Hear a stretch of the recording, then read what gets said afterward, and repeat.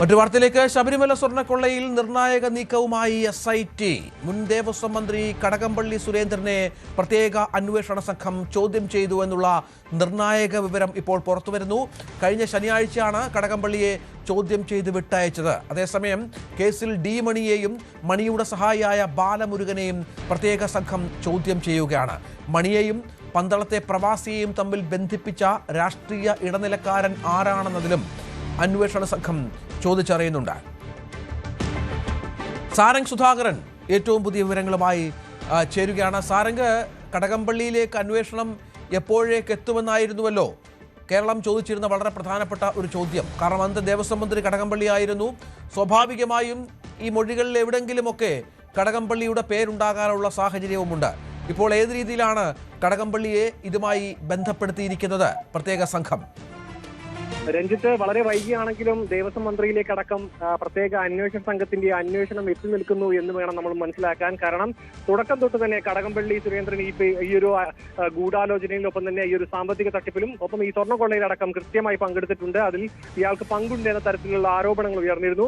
അത് തിരിവെക്കുന്ന തരത്തിലായിരുന്നു ഹൈക്കോടതിയുടെ വിമർശനം. കാരണം N. വിജയകുമാറും ഒപ്പം തന്നെ ശങ്കർദാസിനും ഇതിൽ പങ്കുണ്ട്. അതായത് ദേവസ്വം ബോർഡ് പ്രസിഡന്റിനും ദേവസ്വം ബോർഡ് മെമ്പർമാർക്കും ഇതിൽ പങ്കുണ്ട് എങ്കിൽ ദേവസ്വം മന്ത്രിക്കും ഇതിൽ പങ്കുണ്ടാവുമെന്നുള്ള കാര്യം തീർച്ചയാണ്. അതുകൊണ്ട് തന്നെയാണ് ഇപ്പോൾ അന്വേഷണം ഈ ഒരു മുൻ ദേവസ്വം മന്ത്രിയിലേക്ക് അടക്കം വ്യാപിപ്പിക്കുന്ന രീതിയിലേക്ക് അന്വേഷണ സംഘം നീങ്ങുന്നത്. കാരണം ഇനിയും വൈകുന്ന രീതിയിലേക്ക് കാര്യങ്ങൾ കടക്കുകയാണെങ്കിൽ കേന്ദ്ര ഏജൻസിയുടെ ആവശ്യമടക്കം നിലനിൽക്കുന്ന സമയത്ത് ഈ ഒരു അന്വേഷണം പ്രത്യേക അന്വേഷണ സംഘത്തിന്റെ കയ്യിൽ നിന്നും വിട്ടുപോകാനുള്ള ഒരു സാധ്യതയുണ്ട്. അതുകൊണ്ട് തന്നെ ഹൈക്കോടതിയെ വിശ്വാസത്തിലെടുക്കുക, അന്വേഷണം SITയുടെ കൈകളിൽ തന്നെ നിലനിർത്തുക എന്നൊരു നീക്കം, ആ ഒരു ആവശ്യം ശക്തമാണ്. ആ ഒരു ആവശ്യത്തിന്റെ ഭാഗമായിട്ടാണ് ഇപ്പോൾ N. വിജയകുമാറിനെ അറസ്റ്റ് ചെയ്ത് ഇപ്പോൾ റിമാൻഡ് ചെയ്തിരിക്കുന്നത്. അതിന്റെ ഭാഗമായി ശങ്കർദാസിലേക്കും അന്വേഷണം നീങ്ങുന്നു. അടുത്ത നീക്കം ശങ്കർദാസിന്റെ അറസ്റ്റിലേക്കായിരിക്കും. ആ സമയത്താണ് കടകംപള്ളി സുരേന്ദ്രനെ ചോദ്യം ചെയ്തു എന്ന വിവരം പുറത്തേക്ക് വരുന്നത്. ഇതെല്ലാം, അതായത് ഈ ഒരു സ്വർണ്ണക്കൊള്ളയിൽ ഇവർക്കെല്ലാം പങ്കുണ്ട്, ഇവർക്കെല്ലാം ഇതിൽ കൃത്യമായ പങ്ക് വഹിച്ചിട്ടുണ്ട് എന്ന തരത്തിലുള്ള കാര്യങ്ങളാണ് നമുക്ക് മനസ്സിലാക്കാൻ കഴിയുന്നത്. മാത്രമല്ല വിവരങ്ങൾ, അതായത് ചോദ്യം ചെയ്തതിന്റെ ഭാഗമായി ലഭിച്ച വിവരങ്ങൾ എന്തൊക്കെയാണെന്ന് നമുക്ക് ഇപ്പോഴും ലഭ്യമായിട്ടില്ല. പങ്ക് എത്രത്തോളമാണ്? N. വിജയകുമാറിന്റെ പങ്കുമായി ബന്ധപ്പെട്ട റിമാൻഡ് റിപ്പോർട്ടിലെ കാര്യങ്ങളടക്കം നമ്മൾ പങ്കുവച്ചിരുന്നു. മാനുവൽ അടക്കം തിരുത്തം വരുത്തി. അതായത് ഈ ഒരു സ്വർണം പൂശാനുള്ള, അതായത് ആദ്യം മാനുവലിലെ കാര്യങ്ങൾ വെച്ച് നോക്കുകയാണെന്നുണ്ടെങ്കിൽ ശബരിമല സന്നിധാനത്ത് വെച്ച് തന്നെ ഈ ഒരു സ്വർണം അവിടെ നിന്ന് തന്നെ ഇത്തരം പ്രവർത്തനങ്ങൾ ചെയ്യണമെന്നായിരുന്നു മാനുവലിൽ ഉണ്ടായിരുന്നത്. പക്ഷെ അത് തിരുത്തി, അതായത് മാനുവലിലടക്കം തിരുത്തി ഈ ഒരു സ്വർണ്ണക്കൊള്ളയ്ക്ക് അവസരം ഒരുക്കി കൊടുത്തു. ഉണ്ണികൃഷ്ണൻ പോറ്റിക്ക് വേണ്ടിയുള്ള എല്ലാവിധ സാഹചര്യങ്ങളും ഒരുക്കി കൊടുത്തു. ഒപ്പം അതായത് ഈ രേഖകളിലടക്കം തിരിമറി നടത്തിയത് N. വിജയകുമാറും ശങ്കർദാസും അടക്കം അറിഞ്ഞുകൊണ്ടാണ് എന്നുള്ള ഗുരുതരമായ കണ്ടെത്തലുകളാണ് റിമാൻഡ് റിപ്പോർട്ടിൽ അടക്കമുള്ളത്. അങ്ങനെയെങ്കിൽ അധികം വൈകാതെ തന്നെ ശങ്കർദാസിലേക്കും ഒപ്പം ഒരു ദേവസ്വം മന്ത്രിയിലേക്കടക്കം അന്വേഷണം നീങ്ങും. അതിന്റെ ഭാഗമായിട്ട് തന്നെയാണ് ഇപ്പോൾ ചോദ്യം ചെയ്തു എന്നുള്ള വിവരങ്ങൾ പുറത്തേക്ക് വരുന്നത്.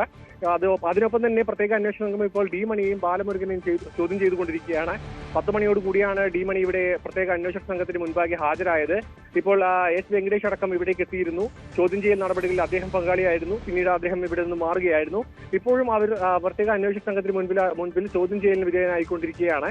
അങ്ങനെ നോക്കുകയാണെന്നുണ്ടെങ്കിൽ വളരെ ദിവസങ്ങളോളം വളരെ മന്ദഗതിയിൽ പോയ ഒരു അന്വേഷണം പിന്നീടും ഊർജ്ജസ്വലമായി കൊണ്ട്, അതാണ് പ്രധാനപ്പെട്ട കാര്യം. നേരത്തെ കഴിഞ്ഞ തവണ ഈ കേസ് കോടതി പരിഗണിച്ചപ്പോൾ സാരംഗ് ചോദിച്ച വളരെ പ്രധാനപ്പെട്ട ഒരു ചോദ്യം, എന്തുകൊണ്ട് ബിഗ് ഷോട്ട്സിലേക്ക് അല്ലെങ്കിൽ ഇതുമായി ബന്ധപ്പെട്ട പ്രധാന കണ്ണികളിലേക്ക്, ഉന്നതരിലേക്ക് അന്വേഷണം എത്തുന്നില്ല എന്നുള്ളതായിരുന്നു. കഴിഞ്ഞ കുറേ ദിവസങ്ങളായി ഡി മണിയിലും വ്യവസായിയിലും മറ്റും കേന്ദ്രീകരിച്ചിരുന്ന അന്വേഷണം ഇപ്പോൾ കുറച്ചുകൂടി വ്യത്യാസപ്പെടുന്ന സ്റ്റേജിലേക്ക് വരുന്നു.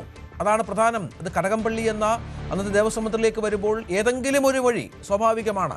ഇപ്പോൾ അറസ്റ്റിലായിരിക്കുന്ന വളരെ പ്രധാനപ്പെട്ട ആളുകളിൽ ഏതെങ്കിലും ഒരു മൊഴി കടകംപള്ളിയുമായി ബന്ധപ്പെട്ടുണ്ട് എങ്കിൽ അതിലേക്ക് അന്വേഷണം പോകും, കടകംപള്ളി കുടുക്കിലേക്ക് നീങ്ങും. തീർച്ചയായും രഞ്ജിത്ത്, കാരണം ഒരു ഹൈക്കോടതിയുടെ വിമർശനം നിലനിൽക്കുന്ന ആ ഒരു വിമർശനത്തിൽ തന്നെ കൃത്യമായിട്ട് പറഞ്ഞിട്ടുണ്ട്. വമ്പൻ സ്രാവുകൾ ഇതിൽ ഉൾപ്പെട്ടിട്ടുണ്ട്.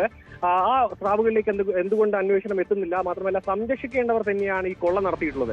അത് വലിയൊരു ഗുരുതരമായ ഒരു ആരോപണമാണ്. കാരണം വലിയൊരു ജനത്തിന്റെ അല്ലെങ്കിൽ വിശ്വാസികളുടെ ഒരു വിശ്വാസം തകർത്തുകൊണ്ടുള്ള രീതിയിലുള്ള പ്രവർത്തനമാണ് ഇവർ ചെയ്തത്. മതവികാരമടക്കം വ്രണപ്പെടുത്തി എന്നുള്ള ഗുരുതരമായുള്ള ആരോപണങ്ങളായിരുന്നു ഹൈക്കോടതി നടത്തിയത്. അതിനുശേഷമാണ്, പക്ഷേ അതിലും ഒരു കാലതാമസം ഉണ്ടായിട്ടുണ്ട്.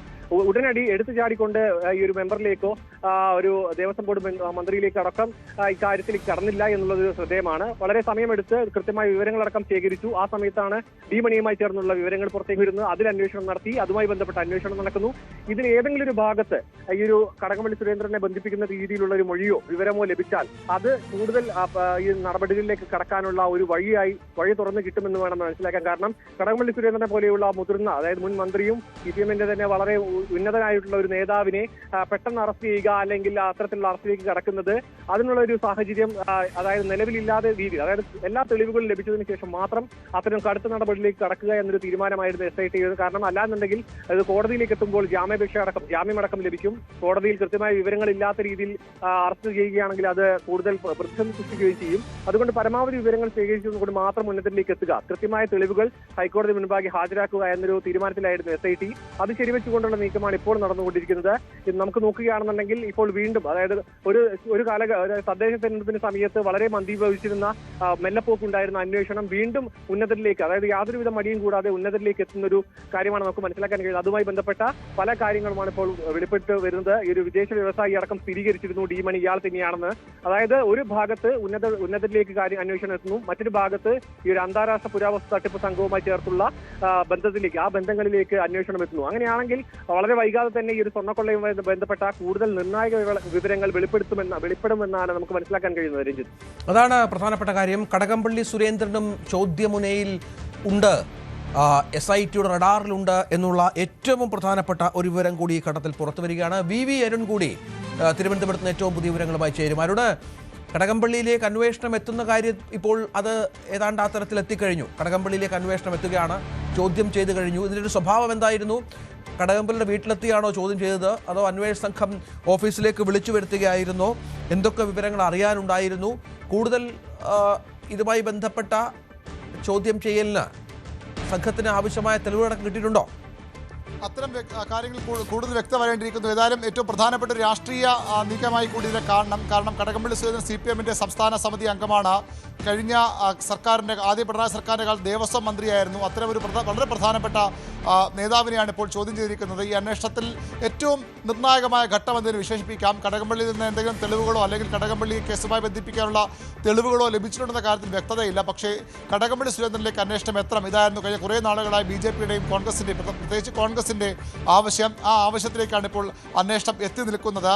കടകംപള്ളി സുരേന്ദ്രൻ CPM-ന്റെ പ്രധാനപ്പെട്ട സംസ്ഥാന സമിതി അംഗത്തെ, നിലവിൽ MLA ആണ്, മുൻ മന്ത്രിയാണ്, അത്തരമൊരാളെയാണ് ഈ കേസിൽ ഇപ്പോൾ ചോദ്യം ചെയ്തിരിക്കുന്നത്. അത് ഏറ്റവും പ്രധാനപ്പെട്ട ഒരു ചോദ്യം ചെയ്യലായി തന്നെ കാണണം. ഉന്നതങ്ങളിലേക്ക് അന്വേഷണം പോകണമെന്ന ആവശ്യമാണ് നേരത്തെ തന്നെ ഉയർന്നു വന്നത്. ആ ഉന്നതങ്ങളിലേക്ക് അന്വേഷണം എത്തിയിരിക്കുന്നു. അതിൽ ഏറ്റവും ഉന്നതൻ, അതിൽ ഇതുവരെ ചോദ്യം ചെയ്തതിൽ ഏറ്റവും ഉന്നതൻ ആരെന്ന ചോദ്യത്തിന് കടകംപള്ളി സുരേന്ദ്രൻ തന്നെ മറുപടി പറയേണ്ടി വരും. പക്ഷേ കടകംപള്ളി ഈ കേസുമായി ബന്ധിപ്പിക്കാനോ കടകംപള്ളിക്ക് ഏതെങ്കിലും തരത്തിലുള്ള ഇടപാടുകൾ ഇതുമായി ബന്ധപ്പെട്ട് കടകംപള്ളി തെറ്റായി നടത്തിയിട്ടുണ്ടോ എന്നോ കാര്യങ്ങൾ വ്യക്തത വരേണ്ടിയിരിക്കുന്നു. പക്ഷേ കടകംപള്ളി സുരേന്ദ്രൻ ഈ തട്ടിപ്പ് നടക്കുമ്പോൾ മന്ത്രിയായിരുന്നു. ദേവസ്വം ദേവസ്വം ബോർഡിൻ്റെ, ശബരിമലയുടെ ദൈനംദിന കാര്യങ്ങൾ ഇടപെടേണ്ട ആവശ്യമില്ല എന്നതാണ് ഇതുവരെയുള്ള CPM-ന്റെയും കടകംപള്ളിയുടെയും ഒക്കെ പ്രതിരോധം. പിന്നെ എന്തിനാണ് കടകംപള്ളിയെ ചോദ്യം ചെയ്യുന്ന കാര്യത്തിലാണ് മറുപടി ലഭിക്കേണ്ടത്. എന്താണ് കടകംപള്ളി സുരേന്ദ്രൻ എന്ന അന്വേഷണ സംഘത്തിന് ലഭിക്കേണ്ടിരുന്ന വിവരം? ഈ സ്വാഭാവികമായും പത്മകുമാറും ദേവസ്വം ബോർഡ് അംഗങ്ങളും ഒക്കെ ഈ ഉത്തരവിൽ ഒപ്പിട്ട ആളുകളോ അല്ലെങ്കിൽ ഉത്തരവിന് വഴിവെച്ച ആളുകളോ ആണ്. കടകംപള്ളിക്ക് നേരിട്ട് അതുമായി യാതൊരു ബന്ധവുമില്ല എന്നത് വ്യക്തമാണ്. പക്ഷേ എന്നിട്ടും എന്തുകൊണ്ട് കടകംപള്ളിയെ ചോദ്യം ചെയ്തു എന്ന ചോദ്യത്തിനാണ് ഉത്തരം വരേണ്ടത്. അവിടെയാണ് ഇതിൽ ഗൗരവം വർദ്ധിക്കുന്നത്. കടകംപള്ളി ഈ ഉണ്ണികൃഷ്ണൻ പോറ്റിയുമായുള്ള ബന്ധം ഒരുപക്ഷെ അന്വേഷണ സംഘം ചോദ്യത്തിൽ കടകംപള്ളിയോട് ചോദിച്ചിരിക്കാം. ഉണ്ണികൃഷ്ണൻ പോറ്റി ദേവസ്വം ബോർഡ് വരെ പ്രധാനപ്പെട്ട പദ്ധതികൾക്കും സ്പോൺസറായിരുന്നു. കടകംപള്ളിയുമൊത്ത് നിൽക്കുന്ന ചിത്രങ്ങളൊക്കെ നേരത്തെ പുറത്തു വന്നതാണ്. അത് ഒരു സ്പോൺസർ നിലയിൽ ദേവസ്വം ബോർഡിൽ വന്നയാൾ, അങ്ങനെയുള്ള ബന്ധം മാത്രമേ ഉള്ളൂ എന്നാണ് കടകംപള്ളി സുരേന്ദ്രൻ ഇതുവരെ വിശദീകരിച്ചത്.